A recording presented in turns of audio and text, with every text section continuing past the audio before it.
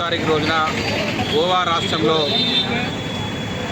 జాతీయ ఓబీసీ మహాసభ 10వ మహాసభ గోవాలో జరుగుతుంది.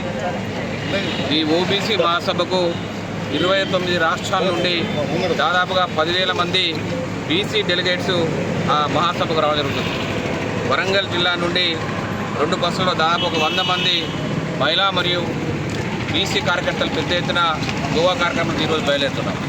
ఈరోజు దేశ జనాభాలో 55% పైన ఉన్న ఈ బీసీల పట్ల ఈ రాష్ట్ర కేంద్ర ప్రభుత్వాలు చిన్న చూపు చూస్తున్నాయి.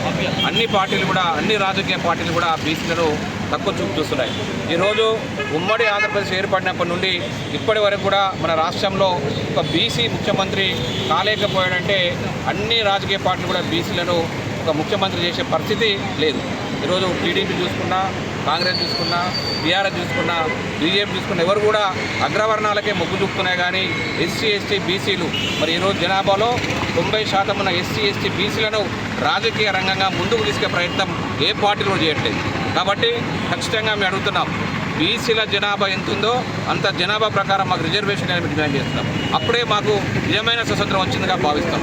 ఈరోజు 56% అని మన తెలంగాణలో ఈ కాంగ్రెస్ ప్రభుత్వం 56% అని చెప్పి ఈ జనాభా లెక్కల ప్రకారం చెప్పింది. మరి ఆ జనాభా లెక్కలకు అనుకూలంగా ఈరోజు రాష్ట్రంలో విద్యా ఉద్యోగ రాజకీయ స్థానిక సంస్థల